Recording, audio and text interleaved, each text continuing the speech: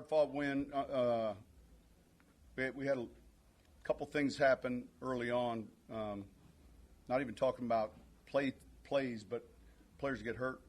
That changed a little bit with the flow of the game, and I thought our other guys responded well. So, yeah, we'll look at the film. You know, got to win. I thought he made some big plays for us, but no grades today right now.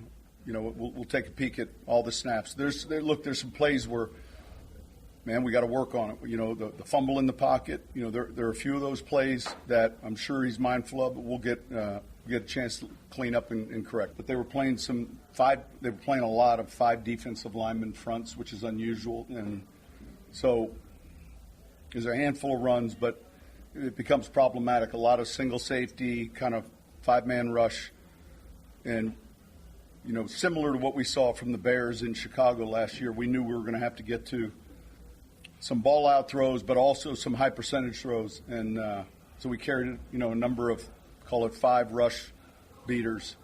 But we knew it was going to be a way for them to try to minimize our rushing. Sean, the back-to-back quarterback sneaks in that last drive. I hated the spot on the first one. I'm sitting right there with the official. So the decision to go for and the decision to do it again? Yeah, we got to get 4 or 5 inches, 6 inches, and I think we're able to do it. We were able to. So.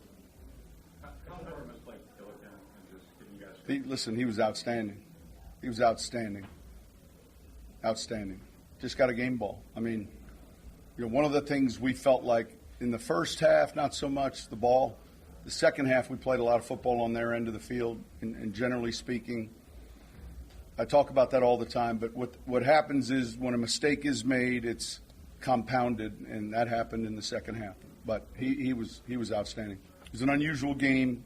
Just the 2 halves were entirely different. We're fortunate to overcome the turnovers, and I thought, man, we did some really good things on both sides of the ball. I thought the punter was significant, though. They're all important.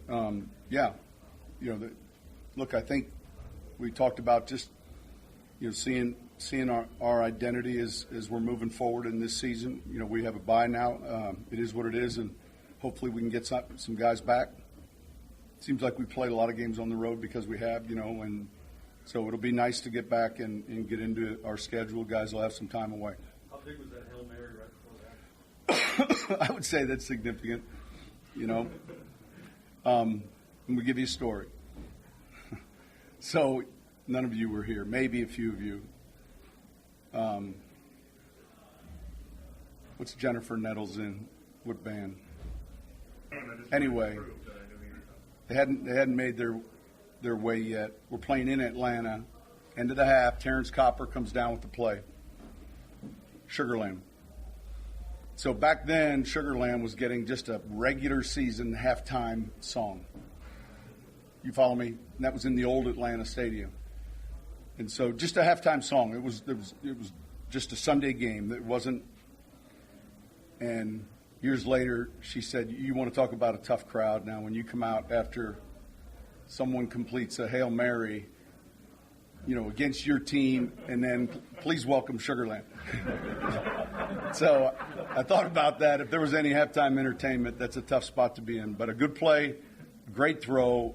Part of a Hail Mary is giving ourselves a chance. We did it. Our landmarks were good. Marquez, you know, found it. Listen, those things come up. We practice them, and I think that was pretty significant. Obviously, when you have something like that happen to you, it's pretty. It changes the obviously momentum. What did you tell Jim? We didn't have any kumbaya moment.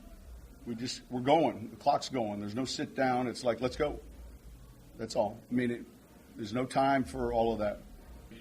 I was trying to get 2 Hail Marys possibly.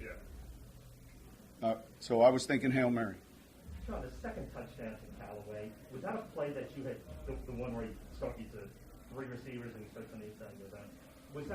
Was that one you had been sitting on? Was that a design you had been waiting for that situation? Man-to-man. It's a man-to-man beater, bump and run. It was on our 3rd down list. What down was that? 3rd. Yeah, so it's a man-to-man 3rd down beater. You hope for man. If it's not, if it's zone, it's going to go over to Alvin on his halfback choice. If you look where he's at with the tight end. So it's kind of a tell receiver set. When all three corners come over, you know you got man, and yeah, it's a man beater. What kind of adjustments do you have to make when you lose a guy like Taysom and Deontay? Quite a bit. There's a lot of tags that quickly got quite a bit. And that was important because you're kind of going through your offense, and that's why it's important to learn the Y and F position as you play it, or the Z as you play it. One more question.